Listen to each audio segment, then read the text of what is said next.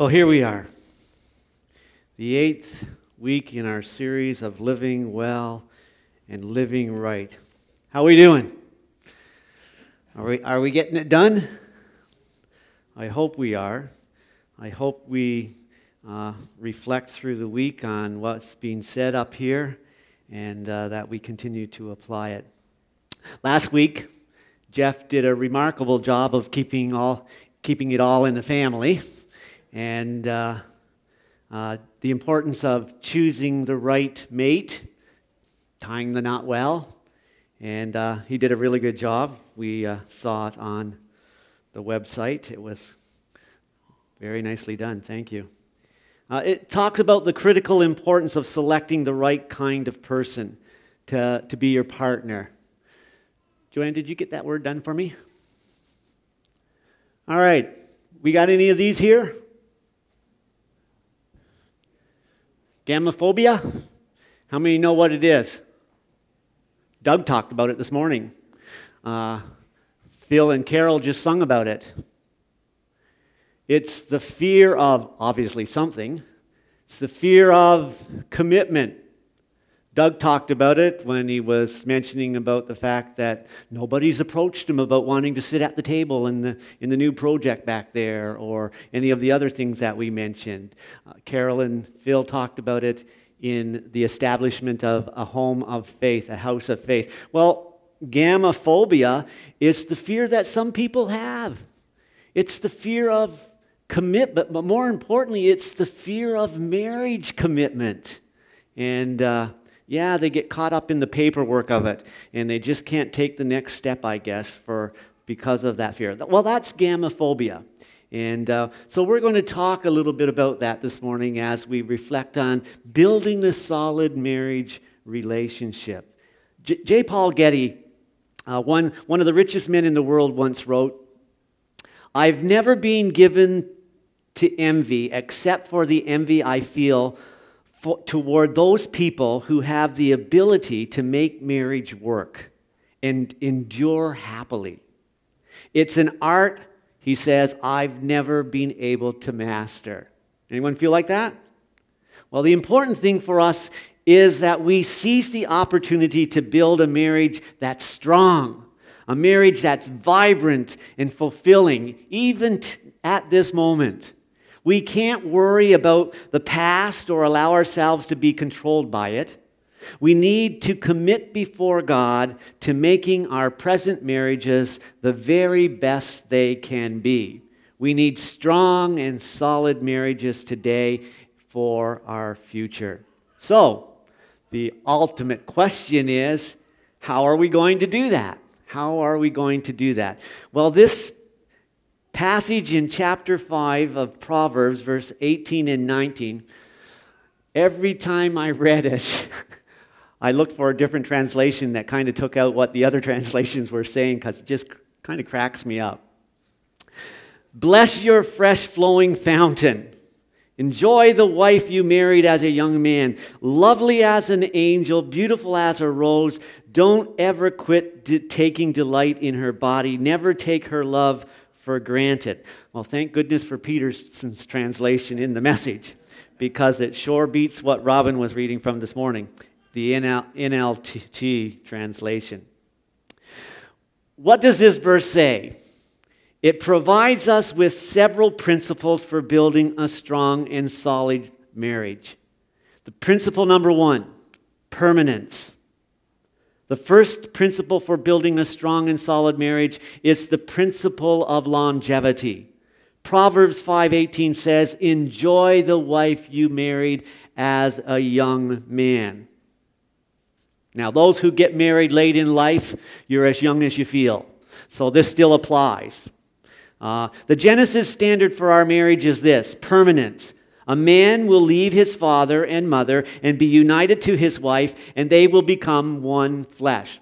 It's a verse that's quoted a lot, almost at every wedding ceremony, Genesis 2:24. So there is that to back us up. The only kind of marriage Proverbs considers is that, a lifelong marriage. It doesn't consider anything else. It doesn't raise the possibility of some sort of short-term contract or rotating responsibility. Basically, the writer to the Proverbs is saying that marriage relationship you are in right now, consider it permanent. Don't even think about walking away from your commitment, for to have and to hold from this day forward, for better, for worse, for richer or poorer. Solomon might have said it this way: rejoice in the man or woman you married in your young youthfulness. When you get married, plan right from the beginning to stay married for life. Be prepared to give and take in marriage. If you run up against problems, get some advice, get some help, work it through. Do whatever is necessary to keep your marriage together. It will be worth it in the end. Principle number 1, permanence. Principle number 2, celebration. How many are still enjoying the party? Oh, guys and gals, we hesitate. Well, it's about to get more sparkle. The second principle for building a strong and solid marriage is the principle of celebration. Find real joy in your marriage. Proverbs says, enjoy the wife, enjoy the husband that you married young. Don't merely exist or coexist. Go for more than that. Go for the gold. Don't ever quit taking delight in each other. How do you do that? How do you do that? By sharing and caring for each other in everything. By doing things together. By helping each other excel. By going places together. Now, I might have shared this story with you a while back, but it was worth repeating, and I get a chuckle out of it every time. An elderly couple, been married for many years, decided one night to eat out at McDonald's. And as they entered the restaurant, they caught almost everyone's attention because they were walking so slow and together, holding hands. Don't you just love it when you see an elderly couple walking down the street holding hands? I do. It just stirs something within me and say, I ought to be like that. Robin says I ought to too, but anyways, here they are. They walk slowly, holding hands into McDonald's. You could almost hear the people thinking, isn't it wonderful to see a couple so much in love? Probably 50 or 60 years walking along like that, so much in love. The little old man walks over to the counter and without any hesitations orders 1 hamburger, 1 French fries, 1 Coke. And when he gets his order, he joins his wife who had grabbed a table in the back corner of the dining room. There, he carefully unwraps the plain hamburger, cuts it in half, and then put 1 half in front of his wife. He divides the chips into 2 equal parts and places 1 pile in front of his wife as well. And after that, he took a sip of the Coke, passed it to his wife, who also took a sip, and then they put it down between them. It was clear they were going to share everything. As the old man began to eat his few bites of the hamburger, the people around him couldn't help but notice that poor old couple.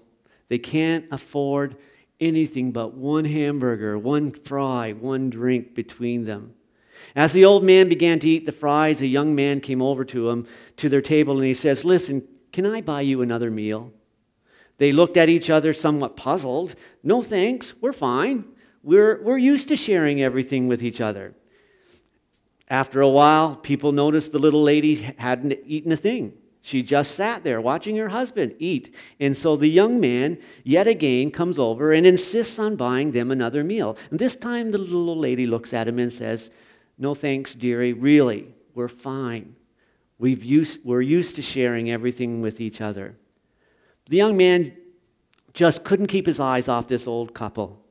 The little old man finished his portion of the fries, wiped his face carefully with a napkin. The young man just couldn't take it anymore, so he got up and went over a 3rd time and again offered to buy some more food. And after the couple said no thanks a 3rd time, he finally asked, ma'am, why aren't you eating? You said that you share everything. What are you waiting for? The little old lady looked up at him with a smile on her face and said, "We do share everything. I'm waiting for the false teeth."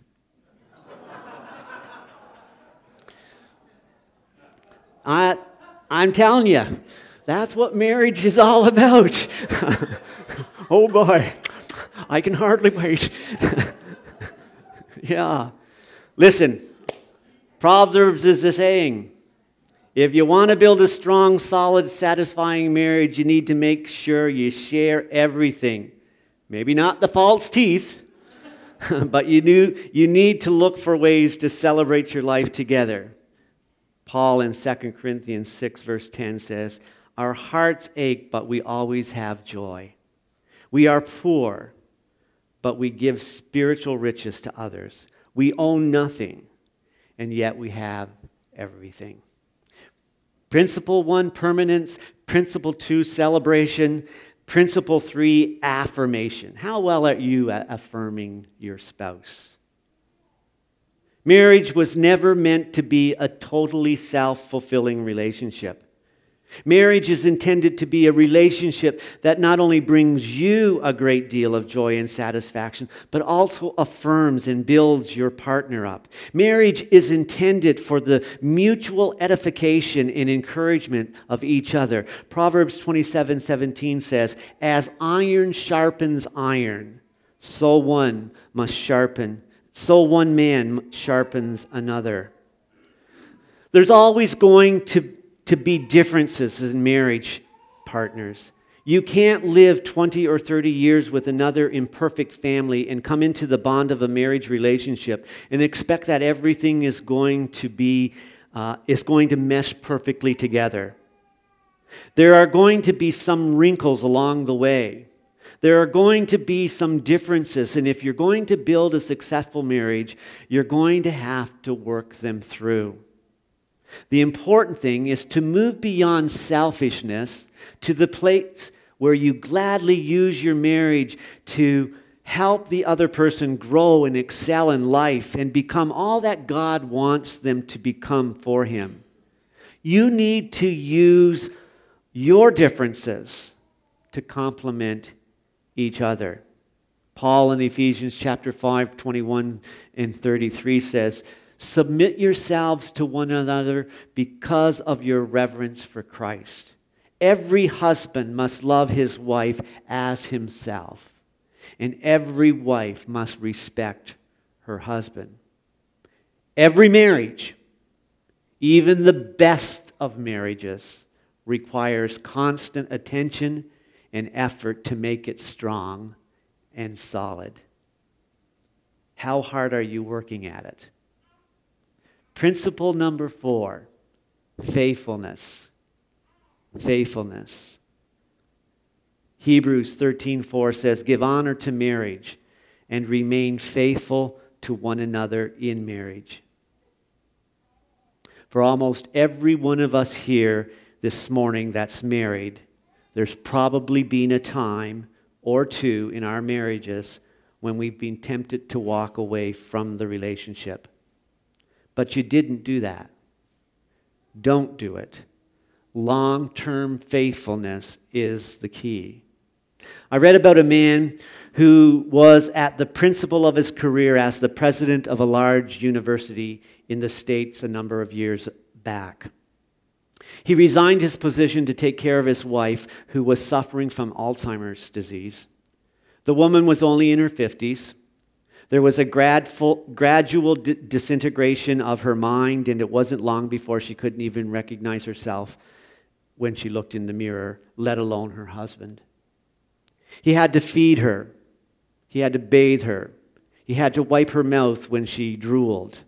She lost the capacity to speak. Nevertheless, he cared for her day in and day out. His friends tried to convince him to put her into an assisted living home where she could get proper care and he could go on with his important leadership career. They pleaded with him not to give up his career and waste his time looking after her. They begged him not to turn away from what was an important ministry to the church. They kept reminding him, "She doesn't know who you are." Then someone laid the ultimate guilt trip on him by saying, you're reneging on your calling to God. His answer showed the level of his faithfulness to his wife. He said, "You're right. She doesn't know who I am, but I know who she is. And furthermore, there's only one thing that takes precedence over a calling from God, and that's a promise. I promised her that I would be there until death do us part. I intend to keep that promise." David, the psalmist, in chapter 85, verse 10, says this: "Steadfast love and faithfulness meet. Righteousness and peace kiss each other." Steadfast love and faithfulness meet. Righteousness and peace kiss each other. Dave Willis said, "Marriage will not be defined by the size of your struggles, but by the size of your commitment to overcome the struggles together." I do not need to talk to you this morning about the major threat to our marriages. It is the opposite of this principle. It is the principle of unfaithfulness. Sadly, things have not changed much over the years. The writer of Proverbs seemed to see the major threat to our marriages is unfaithfulness in the area of sexual relationships. What does he say? In chapter 6, verse 32-33 of Peterson's The Message, "Adultery is a brainless act, soul-destroying, self-destructive. Expect a bloody nose, a black eye, and a reputation ruined for good." What is he saying? Caution. Extreme danger. Temptation is always standing at the door. 1 Corinthians 10 verse 12 says, "Don't be so naive and self-confident. You're not exempt. You could fall flat on your face as easily as anyone else. Forget about self-confidence. It's useless.